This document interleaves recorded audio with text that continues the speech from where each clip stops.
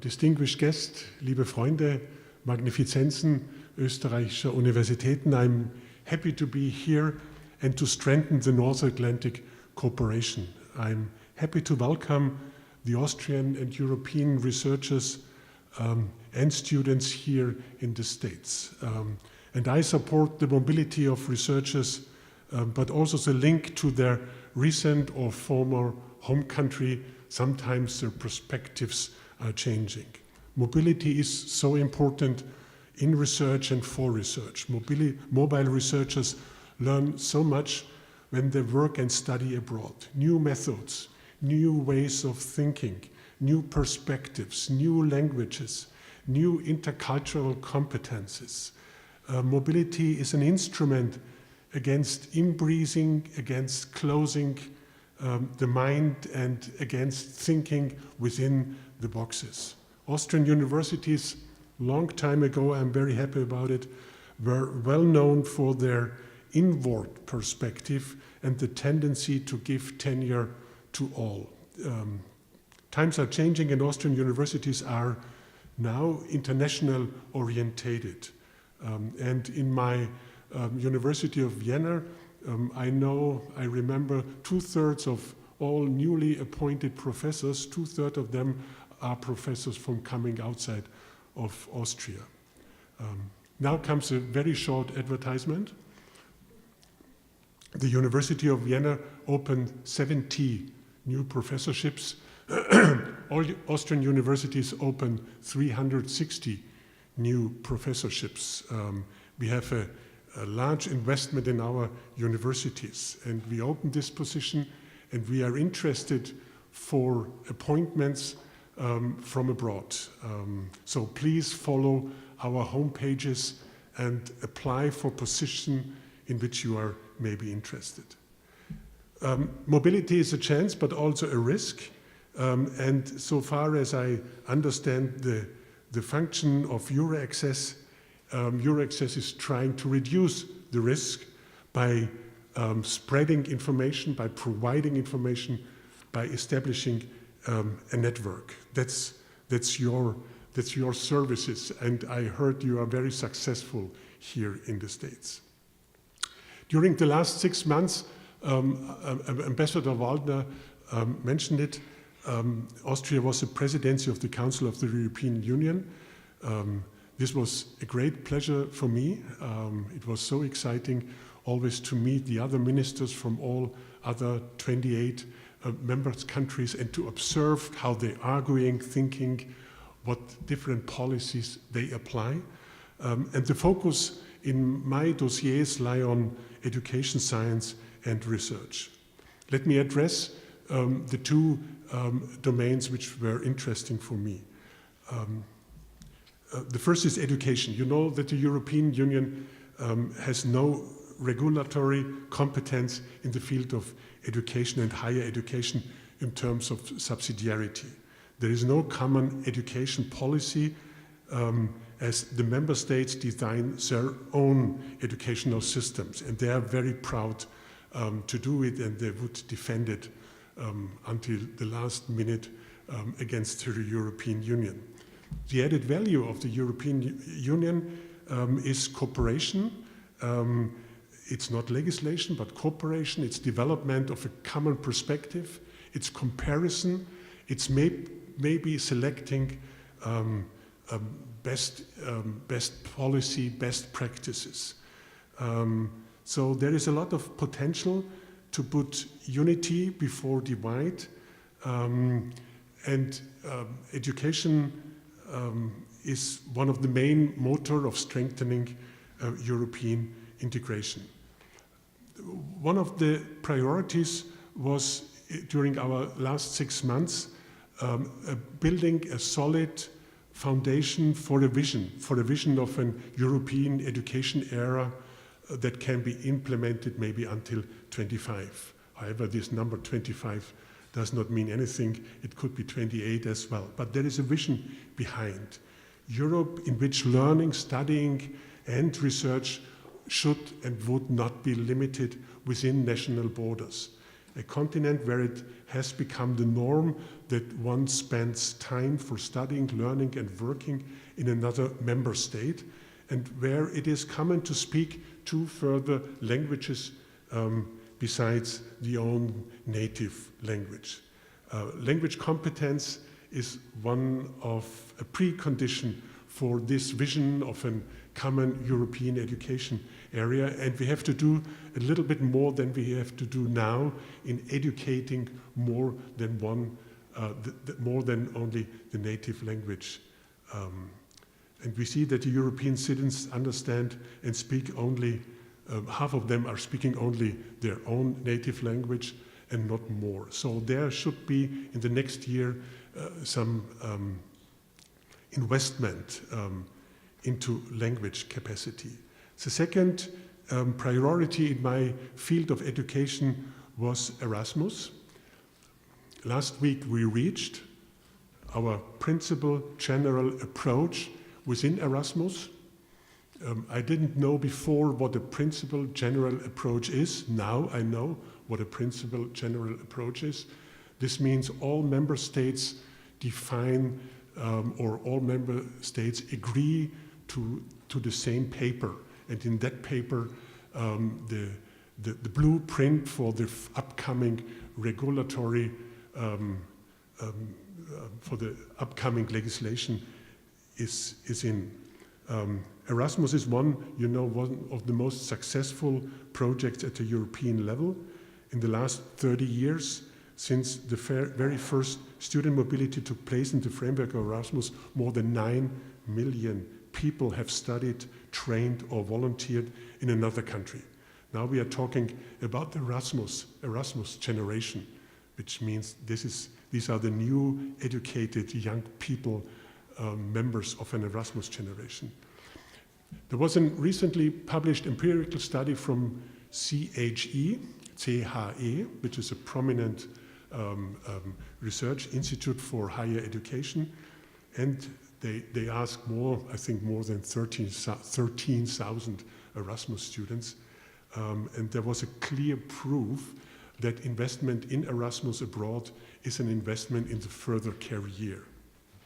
Young people who have stayed or trained abroad are half as likely to face long-term unemployment than the other ones, or they are showing much more European identity than the students which are staying only in the mother country. Or they have better income perspectives if they studied abroad. As a scientist, I have to say the causality is not clear. Bright students go abroad.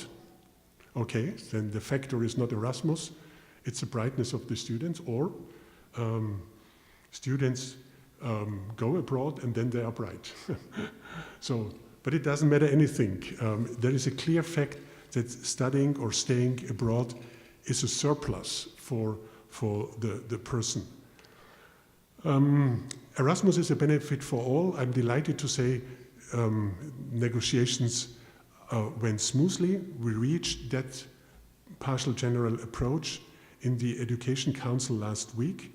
Now the so-called trilogue discussions with the Commission and the Parliament started. And maybe the Parliament will argue and say we have to increase the Commission proposal concerning money. The Commission said 30 billion should be the budget for the Erasmus in the next 7 years. This is doubling the figure of the last Erasmus program. But the Parliament is a fan of Erasmus, and maybe they will increase the number. I would say wonderful. It's a good investment into the future of Europe. My third fascinating project in the last 6 months in the domain of education was the construction or developing or defining the idea of a European university or European universities. You know, this was the idea of President Macron during his famous speech in the University of Sorbonne. And this is a very ambitious and forward-looking project. It promotes cross-border cooperation and provides the opportunity for European higher education institutions to gain global competitiveness. Macron said, we want to compete the East Coast universities here in the state. And if an Indian or Chinese student is thinking where I should go when I go abroad, then the European universities should be a bright alternative to Yale, Harvard, or MIT. We have now an open call in the Erasmus program to see how our university landscape is reacting to that idea, and we will see how far this idea will be accepted by the university leaders. But the idea is a network of universities working together, have the same curricula, and it should not produce any bureaucratic barriers if a student study one semester in Vienna, the next semester in Amsterdam, the third semester in Madrid, I don't know where else. It should be a network that unifies European universities.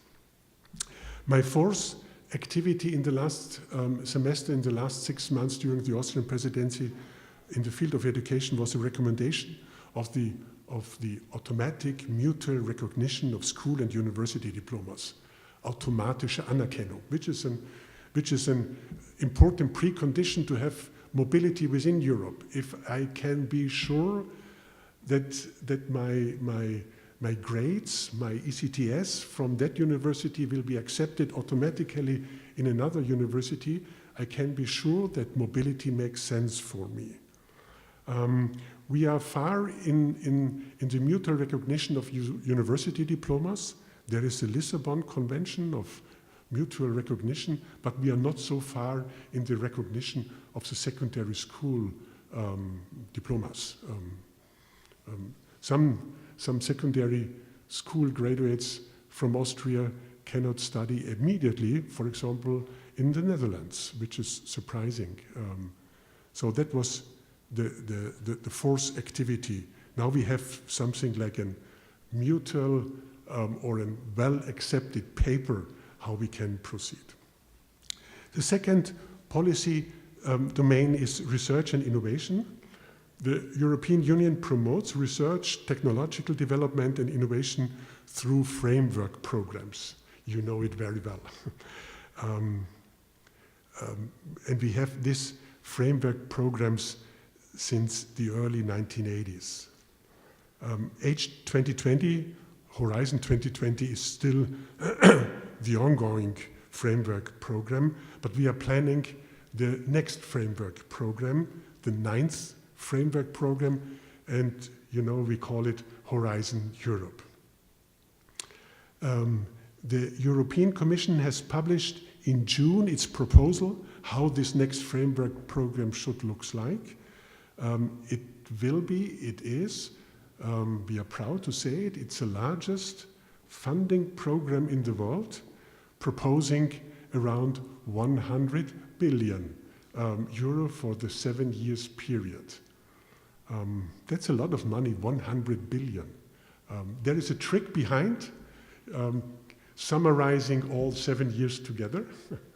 Nevertheless, it remains a significant sum. On the last Friday, we reached once again something like a PGA, a Principal General Approach, concerning this program. That was surprising for me because negotiations in that respect in framework programs, I have the information because it's much more complex than Erasmus. It lasts at least 2 presidencies, so at least 2 semesters or 1 year, and we made the job within 1 semester, half a year. So the Austrian presidency was quite successful in that respect, and the members of the negotiations teams, they know that I am very thankful to them because they worked so hard in the last 6 months in Brussels. We reached this PGA in the overall regulation, not in the specific program. There are 2 parts of Horizon Europe. and the specific program will come in the next semester. You know that the architecture of Horizon Europe, there are three main pillars. The first pillar will support excellent science. There is a bottom-up approach, so everyone who wants can apply for research, and the people decide which research question is relevant for them. In the first pillar, there is also the Marie Sklodowska-Curie actions and the research infrastructure. The European Research Council grants have established themselves as something like a gold standard for research excellence.